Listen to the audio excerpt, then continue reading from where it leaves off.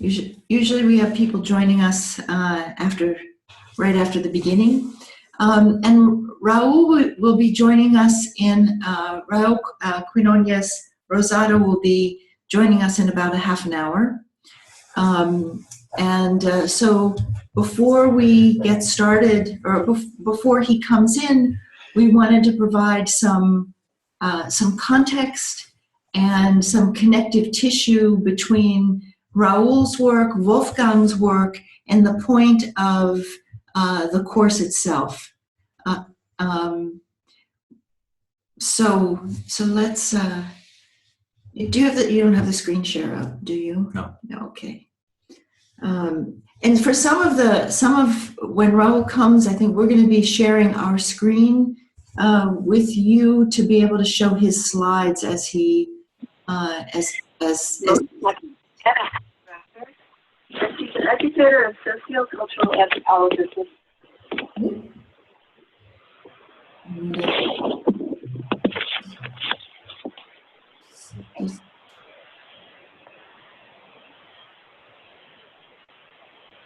That's coming from the phone. Yeah, that's.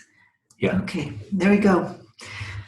Okay, so to start with, one important piece of context, or one of the aims of what we're trying to do together in terms of global dialogue, is not just simply to speak together, which is important, and to get to know each other, but it's also to create a particular kind of field of communication, a field of communication that is, to use Jürgen Habermas's term, dominance-free. That Jürgen Habermas, who is a philosopher and political theorist, has said that for human society to move forward from where it is now, we need to create in the political arena, but the political arena as well as in the cultural arena, spaces in which human beings can come together without without the subtle dynamics of domination and subordination. And maybe just to bring in the course of our course, we started with something which is a very deep point in consciousness, which we called prior unity. And with Wolfgang, we moved on talking about the soul dimension of our cultural identity. And today with Raul, we are going one step further and including the political sphere as such. The political sphere includes also factors of domination and subordination, and Raul will talk quite a bit about it. And Jürgen Habermas, as one of the foremost social theorists of our times, has a whole concept of how a unified social process is dependent on what he calls a dominance-free communication.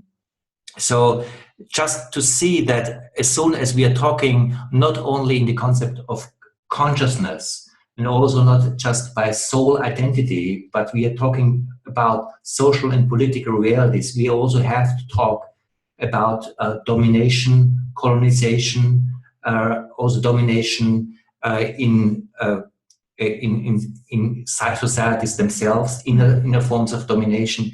So we cannot do this without looking into social structures as such. And Raul will talk about, from an integral perspective, also into social structures. But to see that in order to create something like a world dialogue or any kind of social dialogue, we have to see that the dialogue changes dramatically if the dialogue is based on a non-dominance or on dominance. If basically we have a form of dialogue where one or a group of us tells what the context is and what is right and what is wrong, a certain form of dialogue will evolve that is structured by this social form of dominance. But you don't see that if you don't look into the social reality, and that's part where we want to move today, and that's why something like what Jürgen Habermas calls dominance-free communication is an important concept to understand this. I'd like to slow down and kind of go back through what it is that we've, some more on what it is that we've been setting up in the course in order to create contexts that are dominance-free. And that is, you know, as you said, we started with prior unity, because in the reality that every religion, that religion, science, that all recognize that there is one, that unity is the deepest reality. That gives us a foundation from which to hold a position of inclusion that is dominance free. When Wolfgang came and spoke about the nation soul and nation shadow, he's taking a very long range look at what is the work that needs to happen on this planet between human beings at the nation level, nation/cultural group level, in order to create actual integration and harmony between human beings that will lead us to the capacity to have an interior experience of being part of a world soul, a global soul. And that kind of subjective experience of being part of this planet, this living organism, as one unity, or a kind of unity of organismic unity, something that has diversity to it, but also has an inherent coherence, comes from our liberating our nations from the shadows that have accumulated over years, thousands and thousands of years of history, the last 500 years of colonial history, and all the different ways that within our nations and cultures there has been created strong divisions and patterns of domination and subordination between peoples within our nations. So he's saying that in order for the unique, and each culture has a unique contribution to the whole, to the globe, that for that to come out and for us to be able to, as a world population, to be able to work and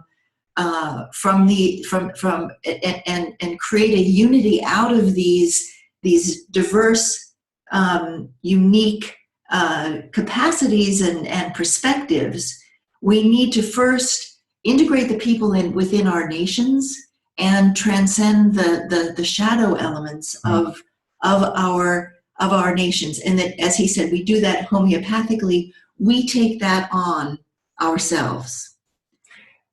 One interesting thing I found hearing back from the group dialogues that we had since the last course, because there were quite some dialogues about shadow and nation shadow.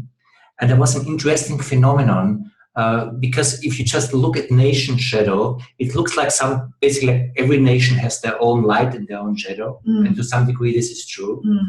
But if you don't take into account that we are already in a globalized world where dominance and subordinance is part of our international relationship, you don't see the difference that some of the shadow factors, particularly the European American domination of the world, has a complete different impact, this kind of shadow, than some nation in Southeast Asia that maybe didn't have the same global impact.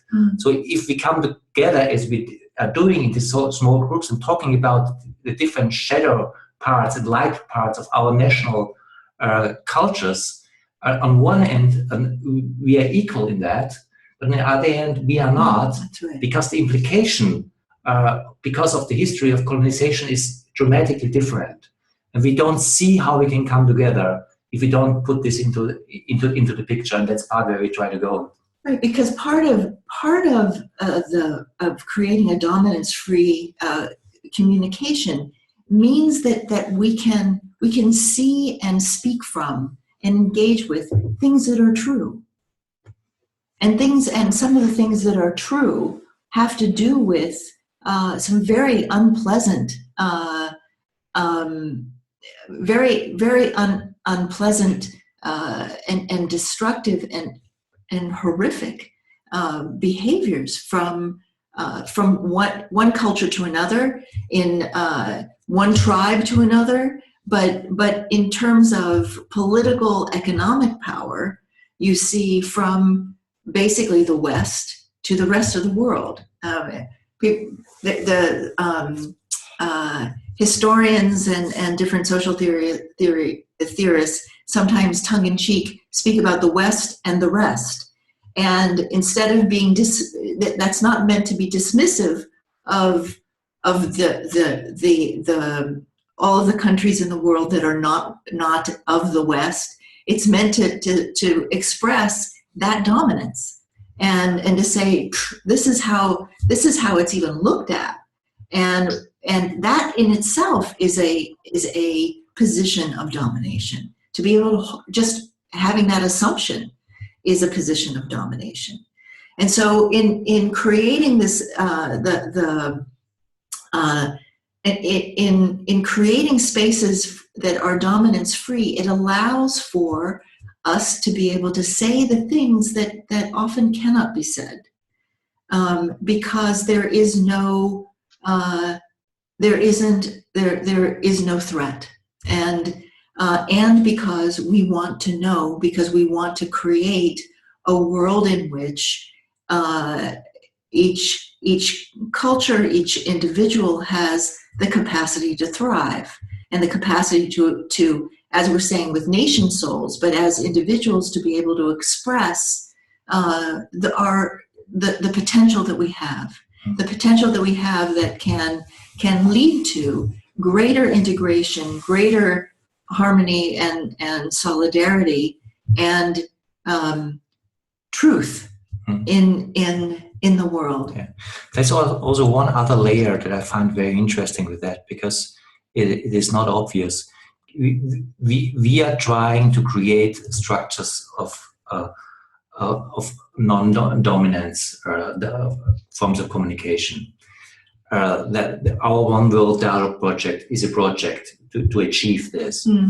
But if we don't see the structural reality of dominance and subordinance, we also don't see that we take a particular perspective in the way how we participate in dialogue.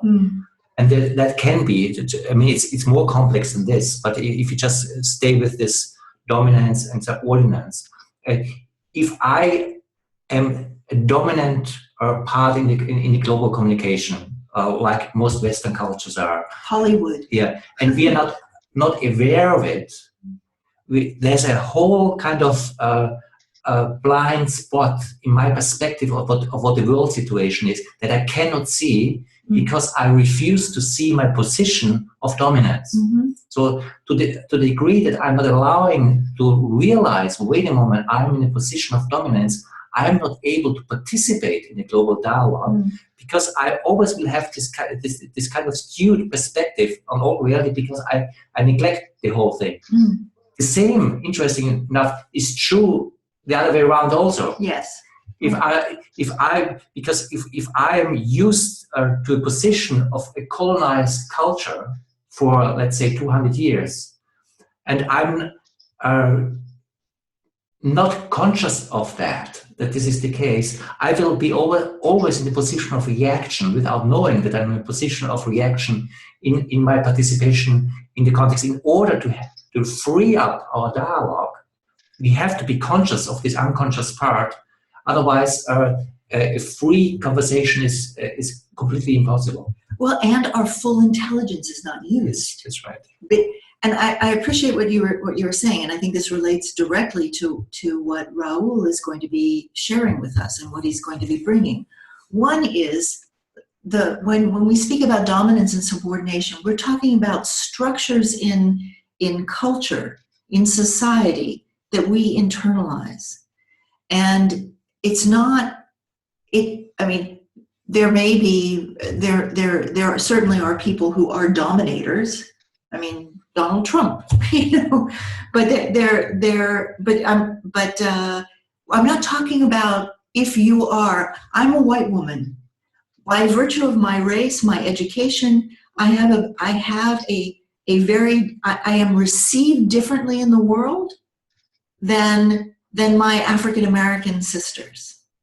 I have power in situations that other people who have darker skin, male or female, who struggle with are differently abled, who are living in much closer to poverty, these different things are not character flaws in myself. They are part of the structural reality of my life, and therefore the relationships that I have. And you have them completely independent if you're aware of them or not. Yes. So when you go into a shop in New York buying something as a white woman, you will perceive differently than if you would not be a white woman. No, I won't be followed by the store security because they think I'm going to steal something. For example. Right. So there is no fully conscious participation in trying to understand each other if you are not, at least to a degree, aware of the structural realities that you as a person, you're not responsible for, that you are white. But you are, and I am, and we have to take responsibility for the fact that we are, right. Independently it's not our fault that we are, but still we are in this position. And in order to open up a conversation between all of us, we have to be aware and take into account from which position we have to come and what we have to open up here in order to really have something like a dominance-free communication. Right, absolutely. And I wanted to kind of, the issue around being conscious of these things or not is that when one is not conscious that this is the case, that it leads to, and this is, I think, a powerful part of Raul's work, because Raul is saying that there are structural differences that are created in every society between those who have more economically, have more power, have more choice, have more access to the things that are good in the society, that out of those power relations become internalized in us as our identities. And he's saying that when we are unconscious of this fact, that it leads to, on both sides, a distortion of reality, that we cannot engage, in a certain sense, freely, or as I was saying before, with our full intelligence, because there are things that we won't go near. Because this internalization of these power relations creates a certain kind of, almost like earplugs, in relation to certain strains of conversation, certain, we're blind and deaf to certain things that are happening around us because we are motivated not to see, because it's too painful. Yeah. It's too painful, or we get too much out of it.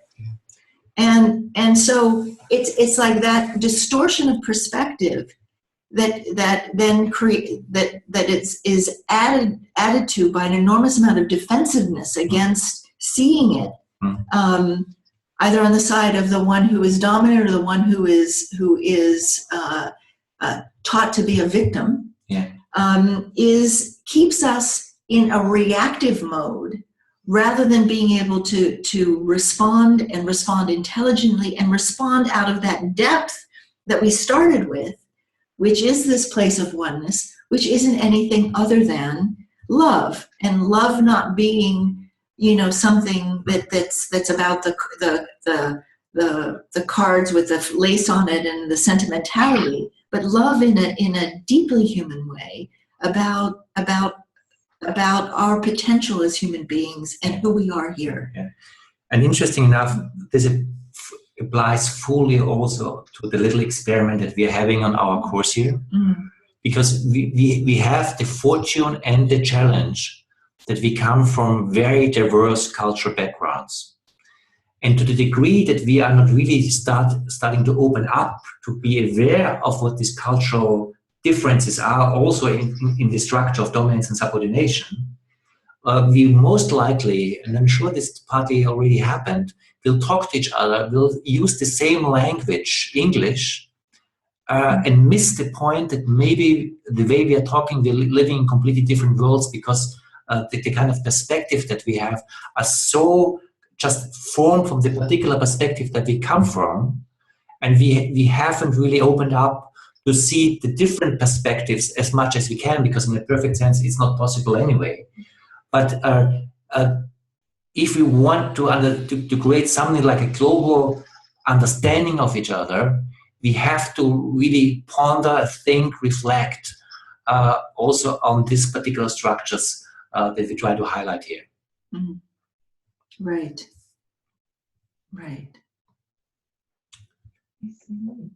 Okay. So I think Raul should be with us fairly soon. 10 minutes. Yeah. And 8 minutes. But before that, we also wanted to see. To see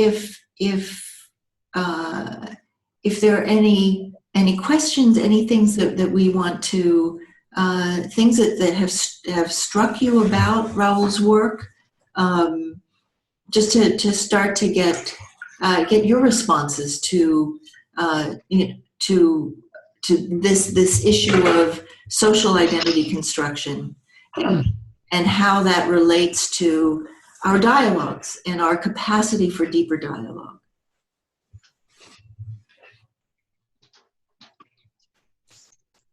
As usual, you can raise your hand and we can unmute you. Yes. Yeah. And Sister Maureen. Sister Maureen, 1 second. Your microphone is unmuted right now. There he is. Okay, great.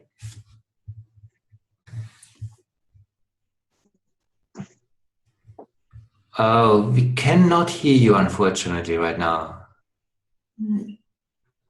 There you go. You cannot? Yeah, actually, we can hear you now. Now we can hear you. Mm. Oh, you can hear me now? Yeah. Yes, we can. Good to see you. I was just struck with what you were discussing about internalization, because I come from a country colonized by Spain and the United States, and had an experience of being occupied by Japan. And now I am in a situation, I am in a country that is very much dominant also in Europe, which is France. And I am in a community of language learners, and we come from different continents, different countries. We are from 19 countries. Wow. All of us wanting to learn French.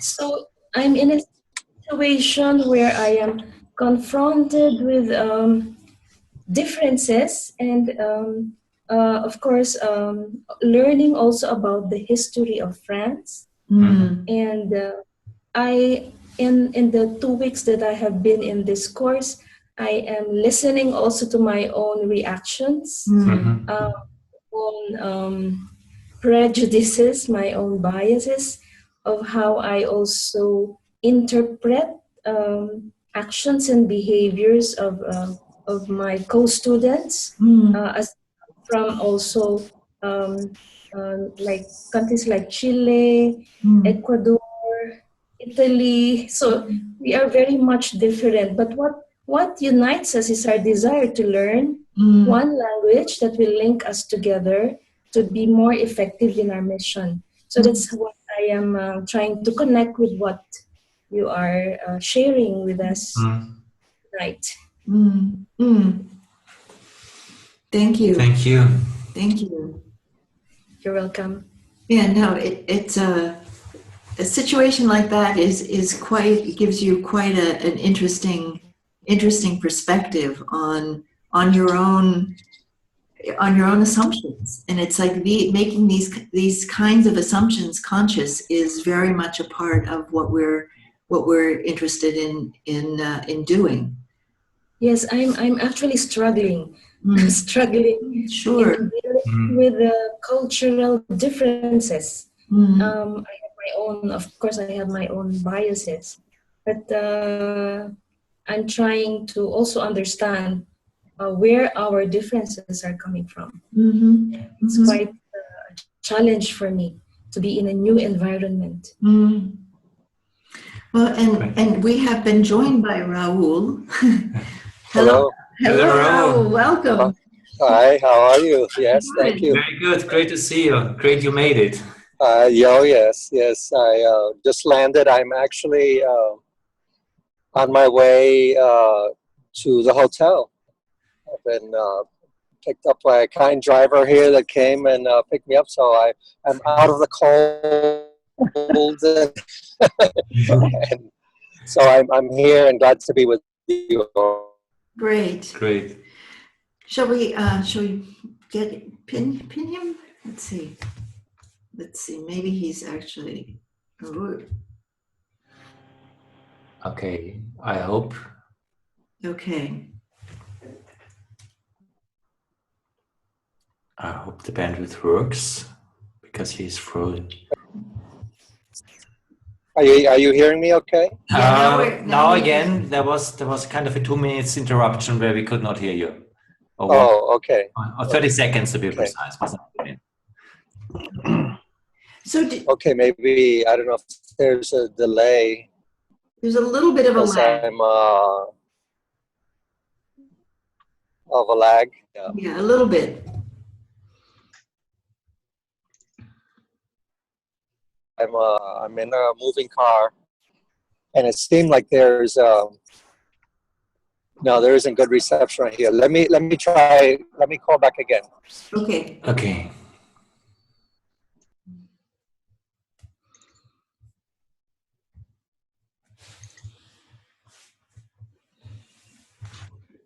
So I hope this will work out. Should we in the meantime pull up his slide? Yeah, let's do that. Okay, where are we? We are here.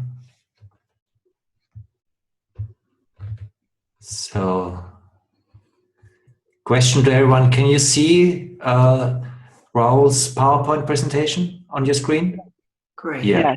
Great, good. And maybe in the meantime, as long as you are waiting, if there's one or the other who still wanted to kind of jump into the question that Elizabeth asked before, we would have time right now. Yes. Carol, I will unmute your phone. Yes, we can hear you. Okay. I have a question with regard to day 3 of the material. And I think it's somehow also related to the theme. I'd just like to get rid of it, and maybe it'll be of use. I asked myself, after the interviews with the dolls, which I, of course, found very eye-opening, but I asked myself, is there perhaps a problem with the questioning which has to do with us? All right, I don't feel good about either or questions. This is a credit card. Come on. Nope. Just continue, please. Yeah. Can't hear or see you. Okay. Shall I just wanted to throw in the question. I don't feel good about either Yes. or questions. That's the point I'm trying to make, because that affects the way the person would answer. Of course. And I feel that's also a part of our own problem. I just had to think about this afterwards. Mm. In addition to what the interviews, of course, showed us, if I ask a child, is this person or this doll good or bad, it could be very misleading for a child too. Right. I think part of what's very interesting is if you look at that third video that's there about the parents, that the African American father, his daughter said, I'm not going to go with this either or, basically. I mean, she's a kid. And she said to the researcher, I think both of these dolls are good or beautiful or whatever it was. And the father laughed and said, this is what we've taught her. Yes. And there's something very powerful about that, because you can come up with a lot of, the either or question is to force a choice. And it does create a context in which the child thinks, well, there must be something going on here. But what I thought was very powerful was those that said, and they were usually African American or kids of color, said no, I'm not going there. I don't believe that one is one. There's one that's better. They're the same. That the color of the skin is different. That doesn't make a real difference. But anyway, we've got Raul. It looks like you are much more stable right now. For the moment. Okay. And yes. Yeah. So yes, go ahead. Yeah, Raul, welcome to the program. Can you see on your screen that we have pulled up your PowerPoint presentation? Yes, I see that. Yeah, so when you go into your presentation, just tell us when we should go to the next slide, and we will do the technique from our side. Okay, and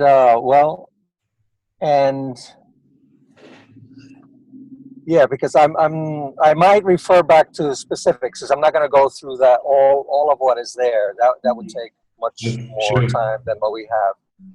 What I thought that I would do would be to lay out some key points about this, this important thing, and try to lay it out pretty quickly, and if not, at the risk of being somewhat superficial, but intentionally so that then people can ask questions, and then we can go deeper where there is need and interest. So it's because there are some three or four key points that I think that are relevant to the conversation, and even the little bits that I caught and what you were discussing so far. How does that sound?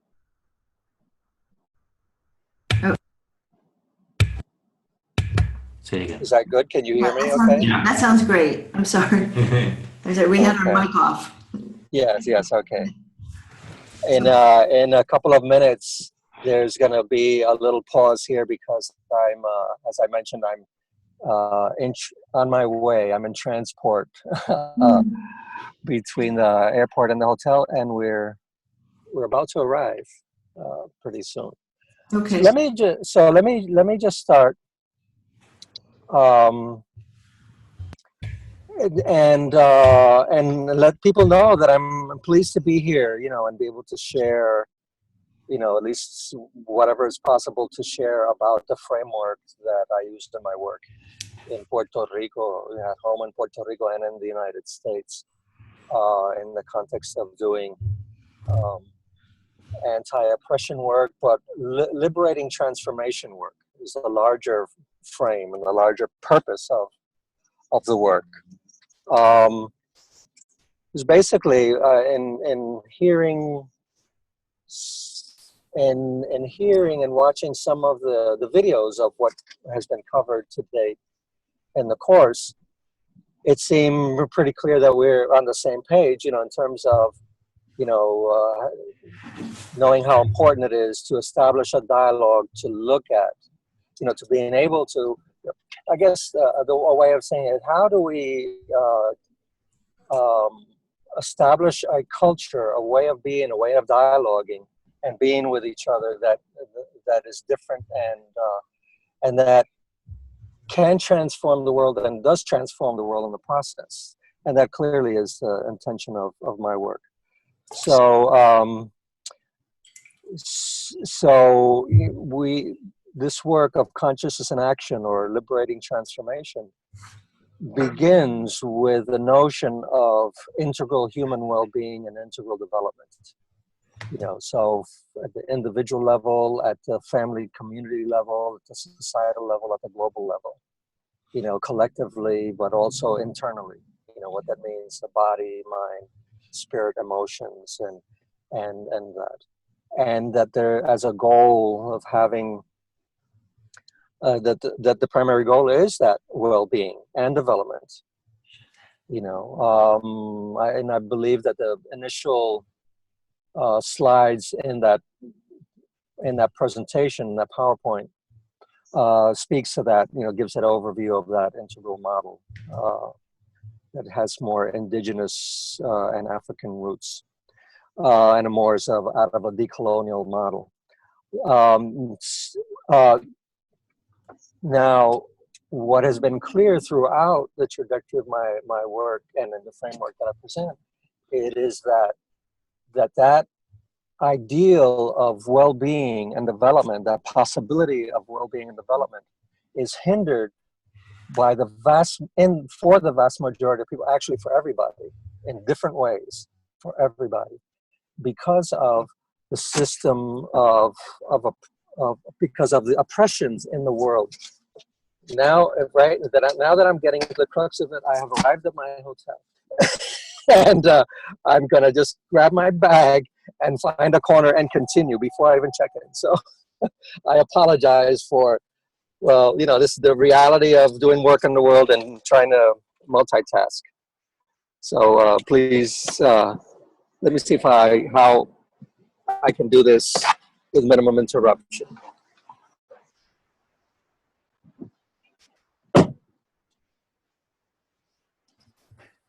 Thank you so much, sir. Pleasure. Yes. We'll see you on the 15th. Thanks. So we do have a Excuse me. I'm gonna seminar on the group here. I'm going inside and I'm gonna find a corner and sit down.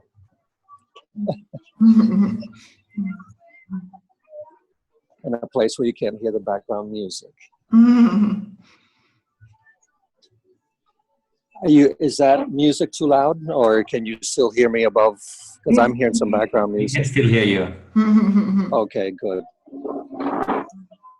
So I was saying that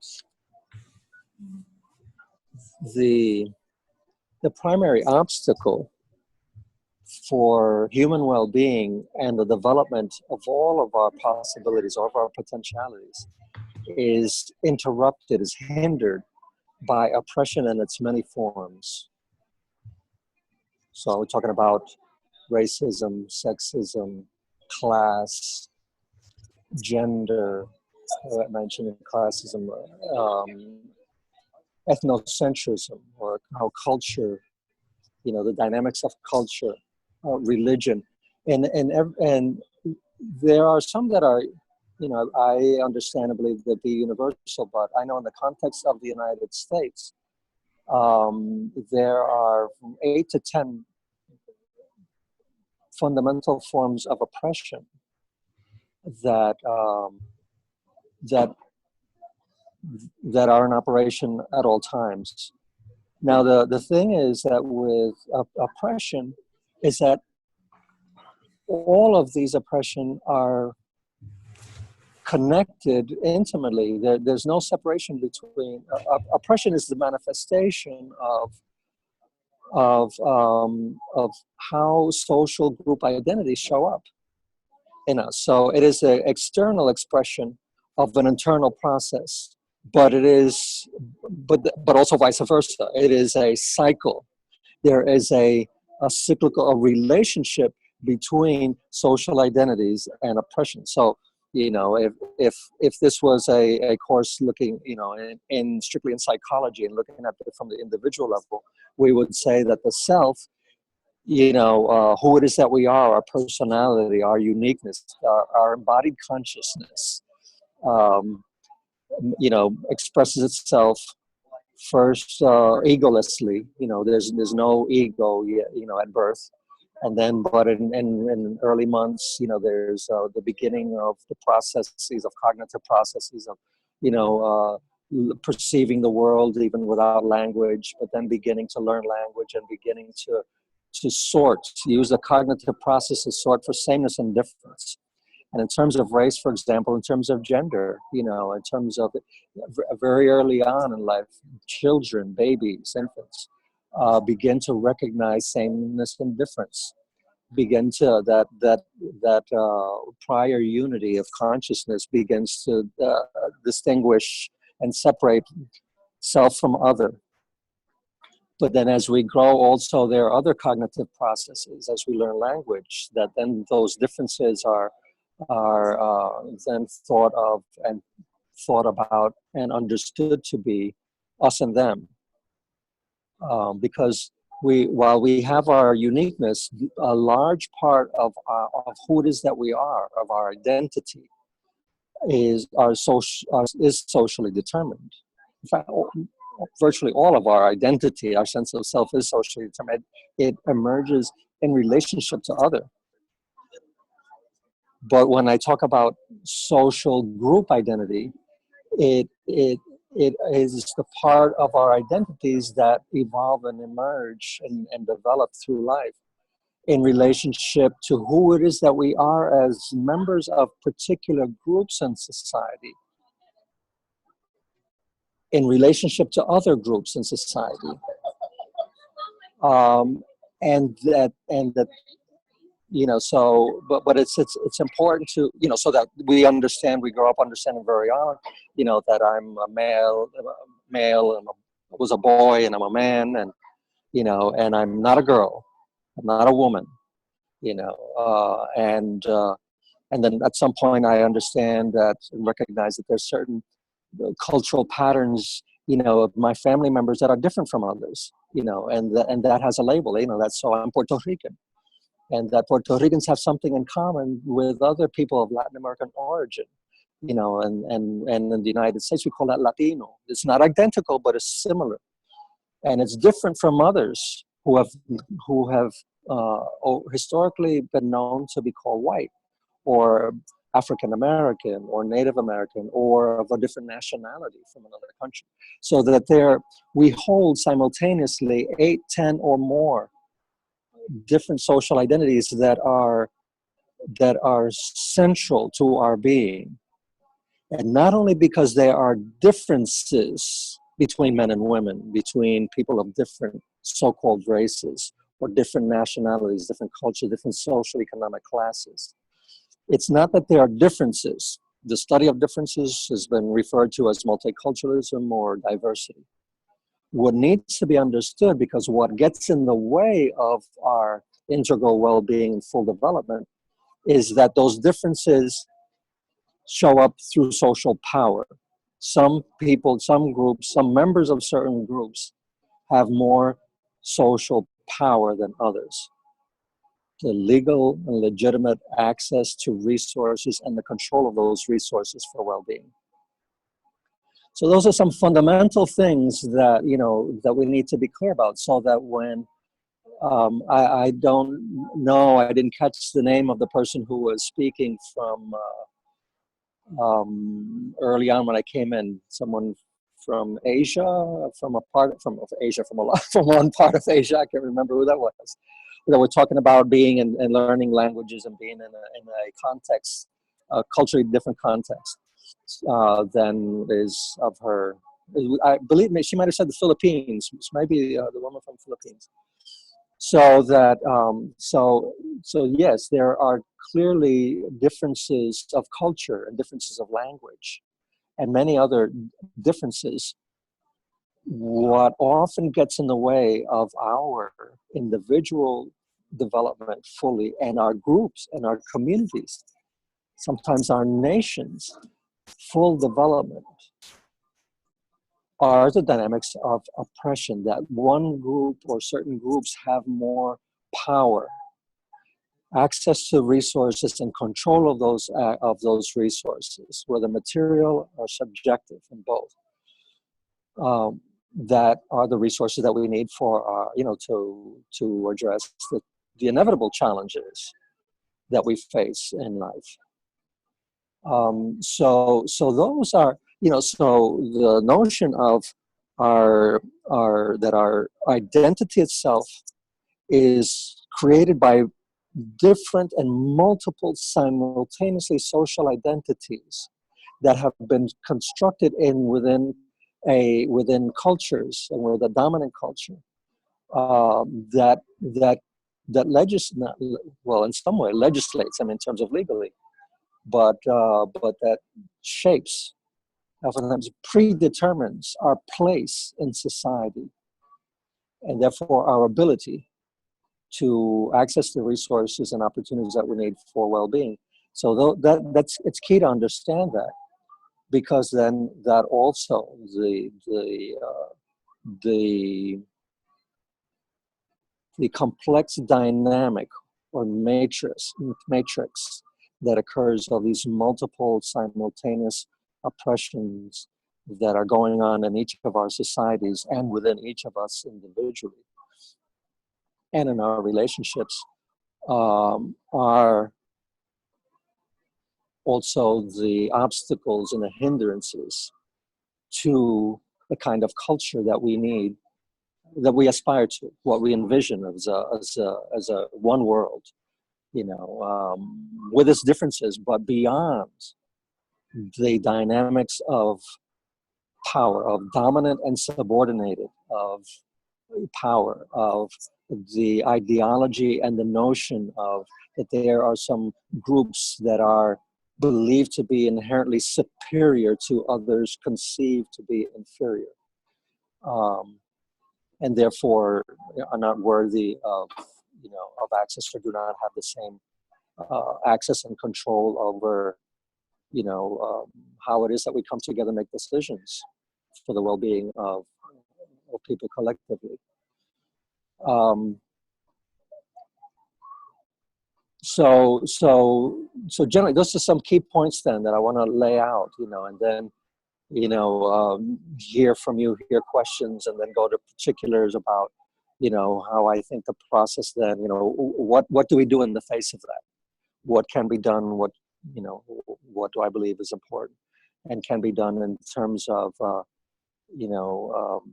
changing that, in terms of then so radical social change or liberation, in terms that I believe is necessary for the deep personal and cultural transformation that needs to take place. So let me stop and take your questions and see what sense, given what I've said and the materials shared, where you're at with that. Okay, you can raise your hand and we can see it. Or let's see if you are. Anine, you came back. And see if yeah, and Raul can take your questions. Raul, I also hope that you will speak about the stages that one can go through to become conscious and productively conscious in relationship to these dimensions of dominance and subordination. Yes. Okay. Good. But any questions? Yeah, Jane. 1 second, Jane. I'm muted now. Okay. Hi, Jane. Hi, Raul. Thanks for all the material you shared with us. Okay. I think my question, it does relate a bit to the stages of development, because I noticed in your model and Yes. also in my own experience and work, this sense that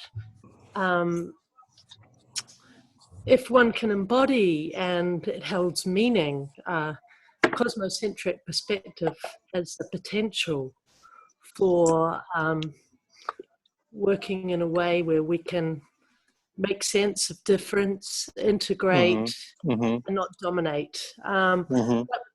My question about that, and I've seen it in my own work, and I've also seen it in a lot of the literature, for example, in academic circles in the 90s that were working with things like collaborative inquiry and participatory action research, was full of cosmic consciousness, that kind of thing. And now you see in the literature, you don't see it that much from the same people. And so my question is, how it seems that idea and experiences of that can be fleeting and meaningful, but actually to hold it in meaningful ways. I mean, what we've discovered, we run, I'm involved in running a not-for-profit, and we work with a very diverse section of the community. And my current sense is that actually almost in order to hold that cosmic view, we need to rekindle earlier stages of development.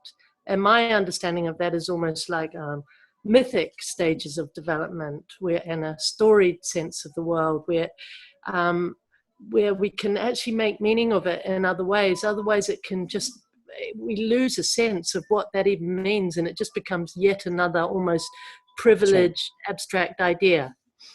Yes, yes. And I just wondered what your experience of that was. Well, similarly, so let's see how best I can address that.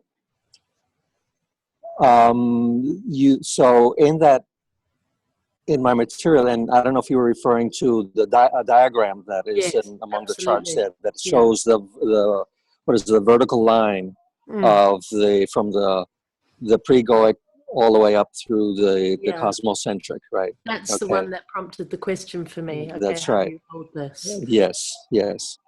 So, that development, that vertical development, at least vertical in that chart, just saying, Yeah, sure. Also coincides with the horizontal line, because see, and this is my challenge to oh, okay, there it is. I saw something happening on my screen, and that's what it is. So one of my, I think that it's important that we understand that these two processes are happening simultaneously, and that in fact they cannot happen without the other. Oftentimes, for example, I know that I've heard the vertical line of consciousness development as a metaphor used as it is like one climbing a mountain, going up the path towards development, climbing a mountain, so that the higher stages, the higher you go through the stages, then the broader the view, and the horizon is larger, right? So that you're seeing more, and you're including more, you're embracing more, up until the cosmocentric, where you have a wide-angle view of the world. If I were to play with that metaphor, with that image, I would say that if you through individual meditative practice, contemplative practice, study, and all of the different things that you need to do cognitively, spiritually, whatever, to reach that, a stable point, not only a stage of a state of cosmocentric, awareness, but the full development of the stage in a permanent way, as Ken Wilber describes and others. You know, so you might have, I question if that actually, if you can reach that stage without having gone through also the horizontal stages, because it would be like climbing a mountain and looking over and seeing the wide view, but not seeing actually what's behind you. Mm-hmm. You think that you're on the mountaintop, but are you? What is behind you? What is beneath you? What is above you? What in all directions? Because sometimes, you know, I mean, and without getting into, so we know of people, we know of people with great insights and great knowledge who have blind spots, terrible blind spots in relationship to different aspects of their social identity development.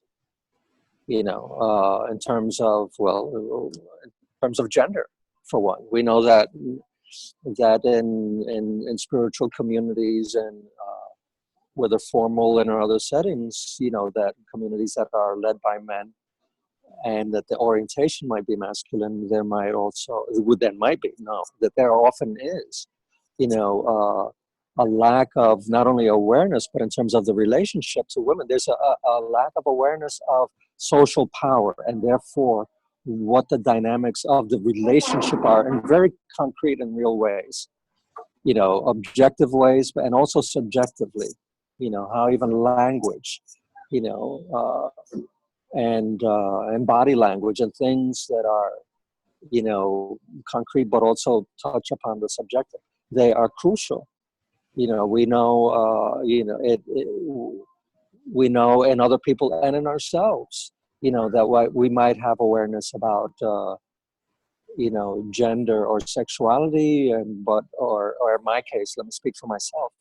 I know that my awareness and my development along race and nationality and class, you know, and then the political relationship, given the colonial situation of Puerto Rico in relationship to the United States, you know, I've been aware of those dynamics in me and how those have changed in me through different stages, much sooner and much more deeply than I am aware of my other aspects of my social identity, are like, for example, gender or sexuality.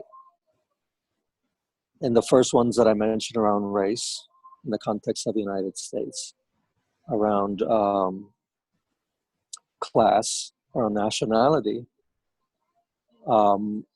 in the relationships and sort of and the polarized relationships of power. In those categories, I am subordinated. I'm subjected to oppression by those group members and collectively by dominant group members. So, you know, and part of my development at some point, well, I easily thought of myself, well, then I'm oppressed. I am oppressed. But it was only through development of multiple identities that I could say, well, you know, by race I'm oppressed, by class I'm oppressed, by nationality I'm oppressed, but not by gender, not by sexuality, because I'm male and I'm heterosexual. You know, I am a member of groups that are dominant. So, you know, so in that, you know, then we become aware that we hold both. So there's no such thing as that we are oppressed or we are oppressors. We are all of those things simultaneously. You know, and that is part of the struggle then that we have to negotiate when we're relating one-on-one or in group situations or as leaders or as followers in any context. You know, to be aware of all of those dynamics going on simultaneously and be aware of the complexity of that. Yes. And was it the, would you say, you know, doing the two things concurrently, becoming very, very aware and conscious about your social development, along with consciously your level of consciousness developing. So having since you put it in there, a That's right. cosmocentric Yes. perspective gave you the space and freedom to face into all aspects of those identification. I would say it in a different way, because I have no claim whatsoever to be,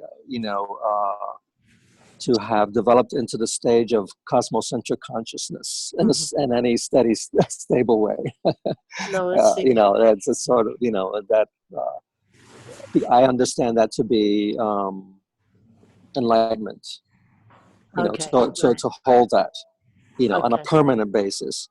Have I actually, through meditative practice, but also complemented with study and critical analysis of not only spiritual texts and psychology and whatnot, but also of history, of cultural studies, politics, economics. I've learned more about, myself and in relationship to others. And therefore, let me connect it back to what I was saying before. I guess to the extent then that I became aware of my different places in terms of dominant or subordinated along in the social identities, then I began to see how I affected other people, and no, how do I want to say this? I began then to apply, wait a minute, for example, to continue the example that I mentioned before, I was much more aware of race and racism than I was around gender and sexism.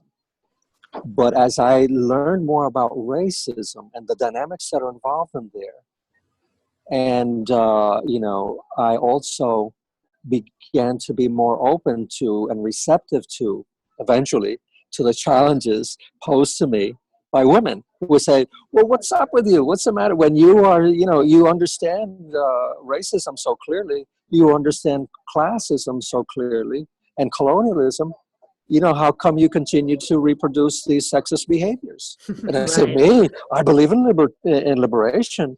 I believe in women's liberation. We're equal. I can help my wife and, at home. And I'm talking about on a daily basis, the details of daily life. So eventually I learned, well, it's not a matter of helping. It's about sharing equally. It's about, so that expanded and actually then shifted where I was in terms of being dominant in terms of sexism. Not that I stopped ever being dominant. I understand the dynamics that exist in me and exist in society. So then that's just a personal example of how then, and sort of like why I draw the graphic is that as I move along in my social identity development and become more aware of that, I am also expanding my consciousness in terms of perspectives. I'm able to see not just my personal point of view and experience, or my group's point of view, but then society's point of view, which includes people from other groups or in other positions of power in our society. So you follow, so that as I grow on one level, my consciousness is also expanding. I don't like to say raising or going higher or lower, necessarily. It's graphically it's placed that way, but it's expanding and it's including more. Yes. And then I don't know if it's also there in the subsequent graphic that there is a third line, which is relational. There's a line at the bottom that seems to talk about the process one. I wanted to understand that what we all need to actually go through in terms of to take on these different parts of ourselves. This bottom line here. Right. That's how I understood it. I don't know if I understood it correctly. Well, initially, that what I to finish what I was saying before, that the way that I view this within this framework is that as we develop along the stages of social identity, and I mean each one: race, gender, class. I believe Elizabeth shared a note with me. Someone posed a question about in other cultures, like for caste, for example, the role of religion. There could be many. There are many. So through each of those, we go through these different developmental stages of questioning the narratives that are given, that we're born into. That talk about superiority, superiority and inferiority of ourselves and others. As we go through those stages, we are also, expanding our consciousness. In fact, we cannot move through the different stages of social identity development without going beyond who it is that we are, to include members of our group, to be more expansive into our society and our culture. And ultimately we have a larger world-centric view and a larger cosmocentric view. And then simultaneously in that, what is developed along the way, not happening sort of at the same time, is that both of those forms of development happen. As they are happening, we are, moving from apathy or antipathy to becoming, we're more empathetic. In fact, becoming, our ability to be more empathetic is essential to our growth in either of those dimensions, other two dimensions.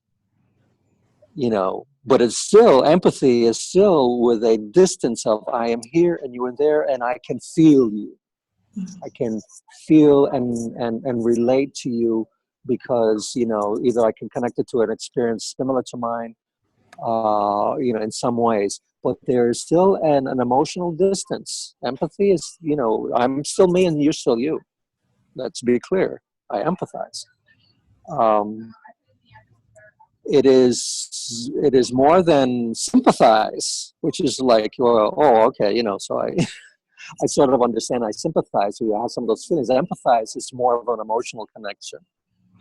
But it is not the same and the same level of closeness as feeling compassion. That is deeper and wider at the same time. There's a felt quality of compassion that is different from empathy. A level of closeness. I'm still developing this because it is difficult to come up with the subtle language to express this, but I suspect that people know what I'm talking about, in terms of the closeness, particularly when you move from sympathy to empathy to compassion. I am feeling with you, to solidarity. The image itself of solidarity is that, your struggle and my struggle are together. Oftentimes in movements of liberation, and anti-racism work that I do in the States and in Puerto Rico, people talk about being allies, whether around race or around gender. Well, okay, I'm your ally because I understand your struggle and I sympathize and I empathize and I have compassion and I feel in solidarity with you. But this notion of allies still puts me, well, I'm helping you with your fight, but it's your fight. Solidarity means no, it's our fight. We're in this together because your liberation and my liberation are intimately tied. Your growth and your development and mine are inseparable to its ultimate conclusion, which would be love in a way, in a way that would then speak to more of that cosmocentric position. I've gone on and there's probably other questions. I don't even know if I've really fully answered yours. So. No, thank you. No, I definitely get a sense how all the different parts that you've included in that model, like, everything speaks to each other, and we exactly do, seems like we have to do our best with whatever the ground we're standing on, and but Well, and that is fundamental, because what the process of consciousness in action or liberating transformation is precisely is about gaining key, developing an acuity of perception, of seeing the world how it is more clearly, little by little, layer by layer, and seeing ourselves and our place in the world more accurately,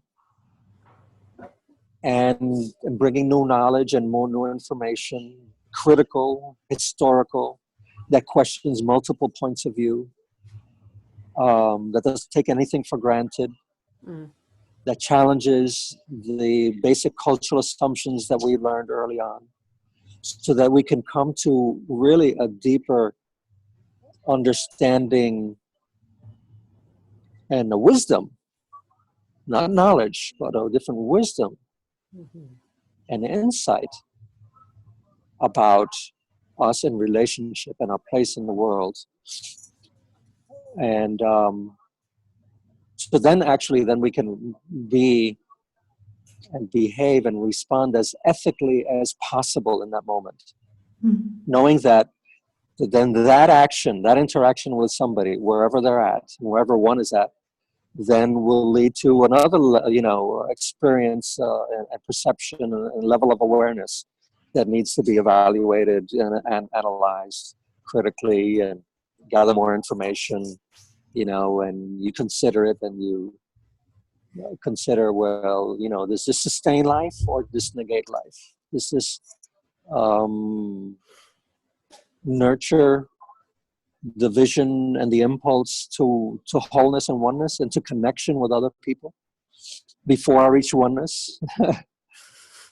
Or does it not? What do I need to change? And then what is then with that level of understanding at that time, in that context, what is the next ethical response that moment requires of me?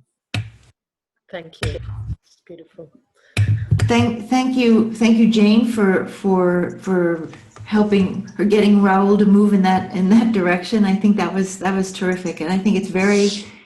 I remember I believe you saying at one point, Raul, something that these phenomenal spiritual experiences that we have, if we don't do the work across the horizontal plane in terms of our social identity, ends up, as you said, you're not bringing along what's behind you. You're not bringing but also you said it would be maybe very profound, but also very narrow. And that's right.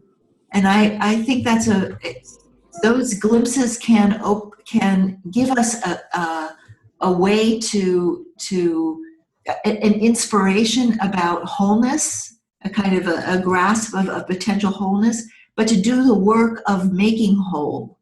That's right. Is deep work. Is deep. It takes something else, and one can get confidence from that spiritual vision. But it doesn't do the work for you. And exactly.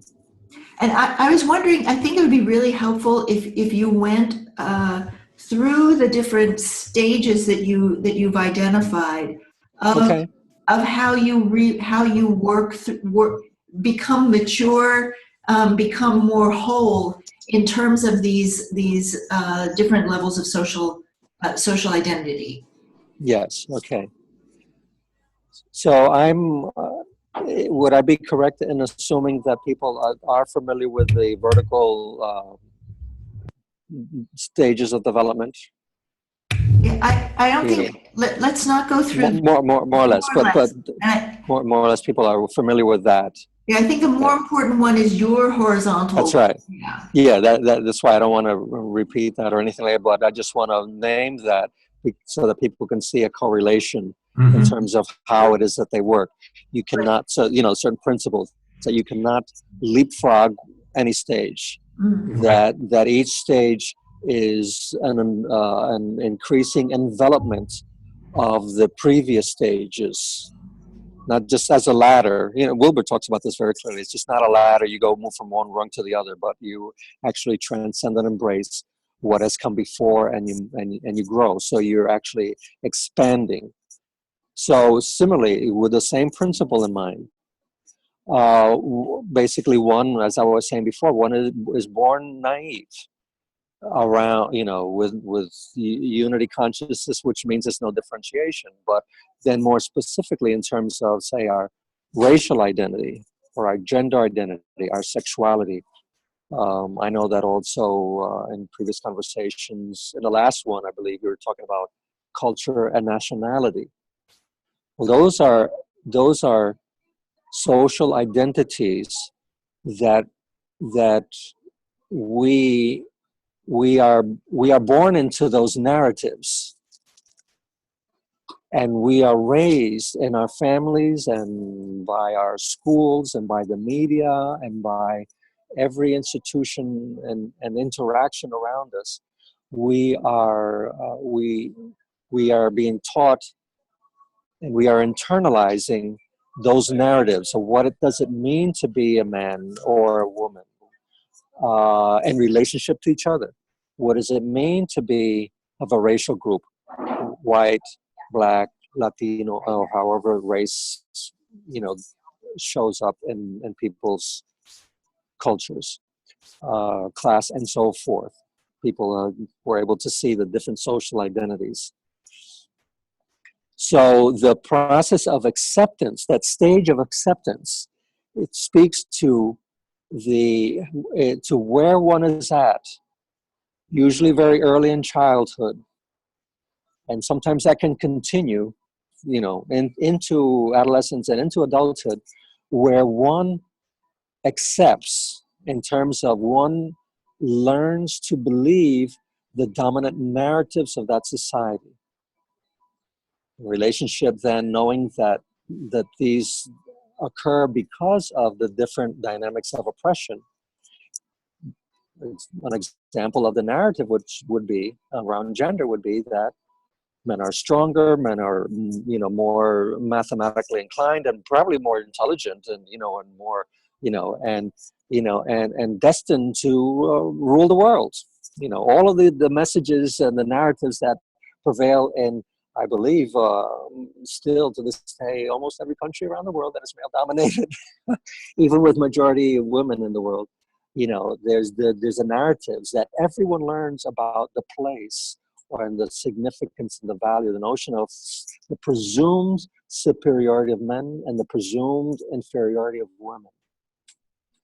And similarly, those same narratives, we could examine race, class, the other identities.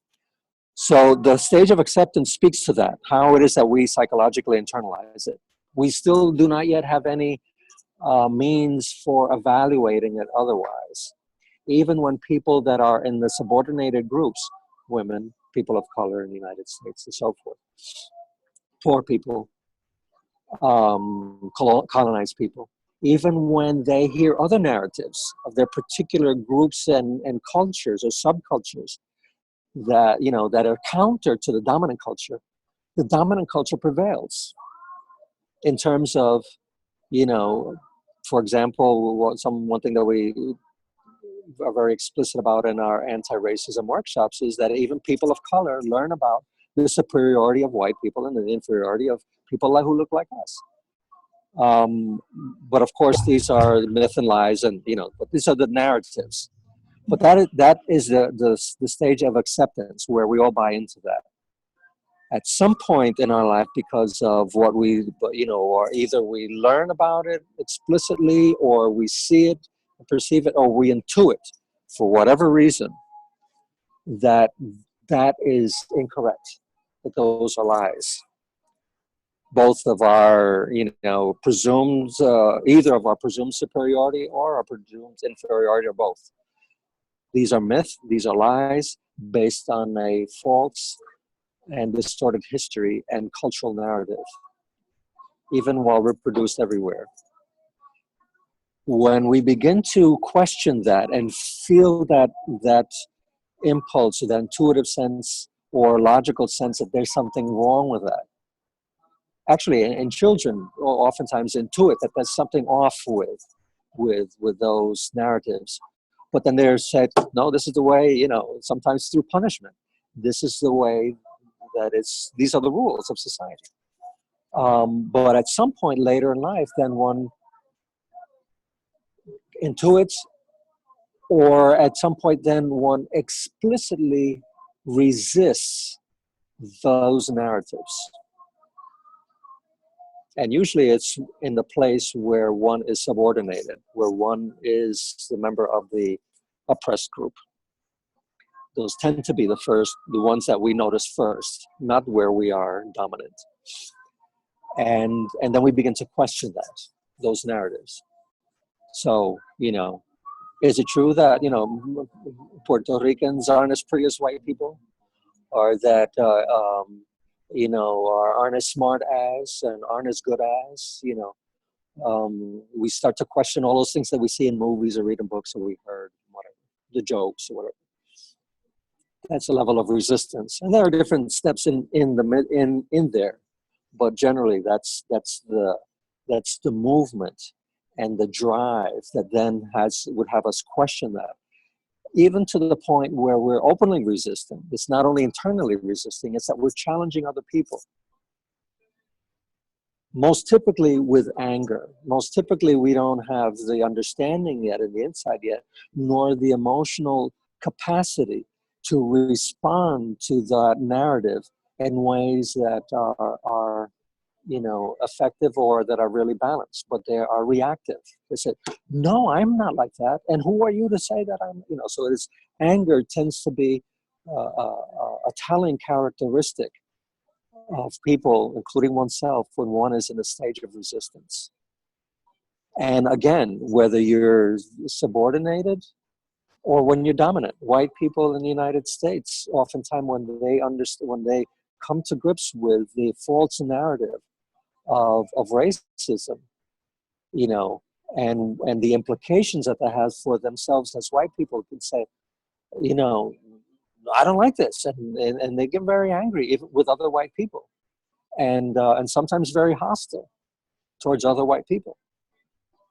But that is only then a stage as well, with more, again, and how I connected to the process of consciousness and action, with more, we're developing more acuity and keenness of awareness of oneself and of others, and getting more information and analysis, then one can begin to evaluate differently and shift emotionally to then say, well, okay, so I reject the narrative.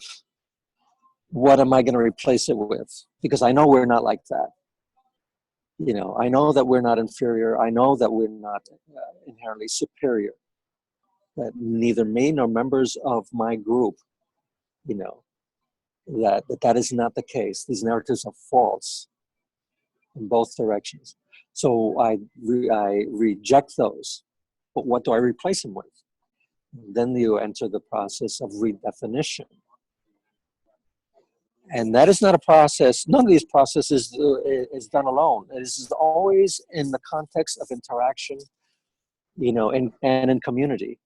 And particularly in redefinition, where it really then takes other people who are at the same stage or beyond to help one say, well, what does it mean to be, a person of color, a person of color, a Puerto Rican, a Latino? What does it really mean to be a real man in society that is not sexist, that is contrary, because if I'm going to honor my beliefs and more than my beliefs, my ideology, my convictions around justice and equality, well, what does it mean then to be a man that is against sexism? So then, I enter into a deliberation with myself and with others who are going through that or who have gone through that process before, and redefine. And that is, again, a process, and all of these take years until we are sort of settled with that. It's not so much a question anymore. You say, oh, yeah, okay, well, it becomes more normalized and, more instant and just a way of being. and then one sort of finds oneself already at that other stage of are you hearing me at all? Yeah, yes, we are. Yes, we are. We're hearing you. It's fine. And just a flag for a second. You were about to say you end up with a stage of internalization, or is that where you were going? We have 5 minutes before the end of the session. So if we can get these last two clearly in the last 5 minutes, that would be terrific. Oops. We cannot hear you right now. Something changed? Now? Yes. You hear me? Oh, yes. We hear you now, but we've lost your camera. Now, there we go. Okay, good. Now we have both. Okay. Internalization is that stage where one has really internalized the new identity, the new narrative and behaviors and attitudes and beliefs and feelings. And I already said behaviors, right? Expressed, both inwardly and outwardly, of someone that is counter to, but in a different place, or transcends the previous and the given narratives and behaviors. Remembering that all along the way, all of these narratives and behaviors, both dominant and the subordinate, all of those are still there. And if we're not vigilant, they could be triggered and we can revert and collapse and contract into old behaviors, or regress, you might say, into old behaviors. But already some of the, of the there's muscle there that would have us be able to come back.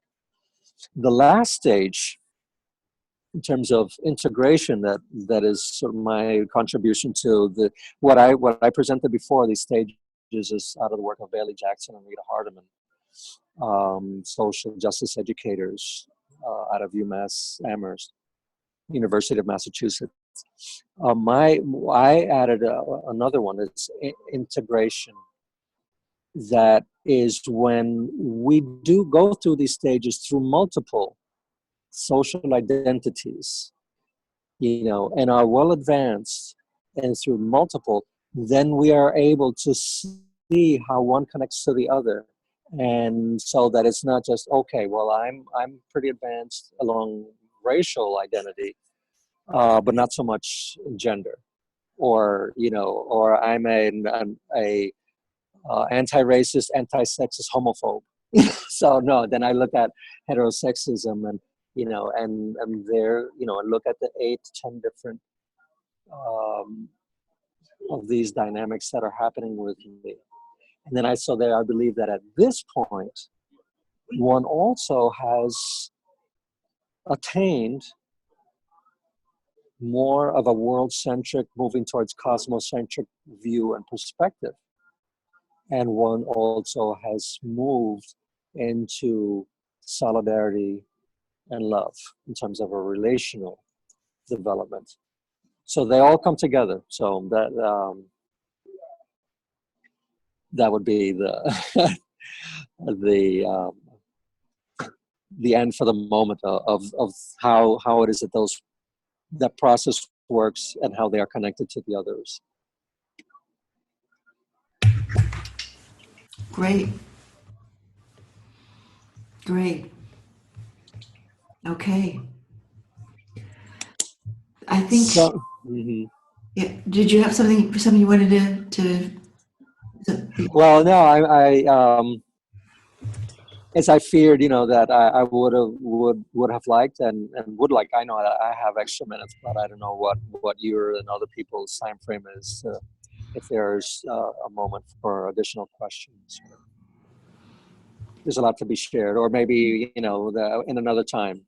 Yeah, maybe at another time, because I think we have come to the end of the session time, and for some of our incredibly beautiful participants, it's in the very much in the middle of the night, and they're with us.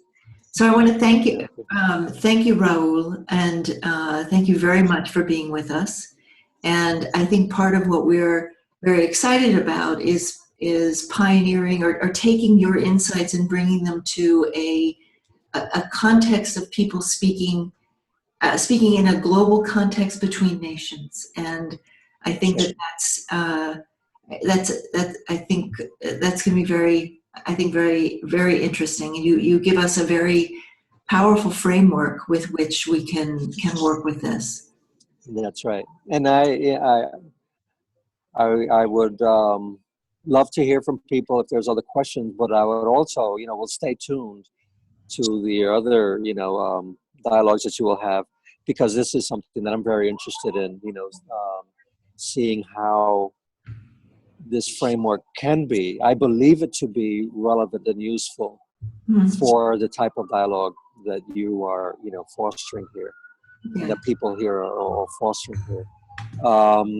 I have not participated in a global, conversation as such, except in a couple of places. So, in very limited context. So I am very interested in seeing, if it is relevant, if other people find it relevant or not. I believe it is, but I'm eager to hear from others and to test it. So you'll all let me know. Great. Thank you very much. Should we unmute briefly to say goodbye? Or for people to say thank you and goodbye. Okay. Goodbye to you. And then if we could stay on the line, and we'll give instructions on your groups. So you're muted. See you all. Thank you, Raul. Bye. Thank you so much. Hope we meet again.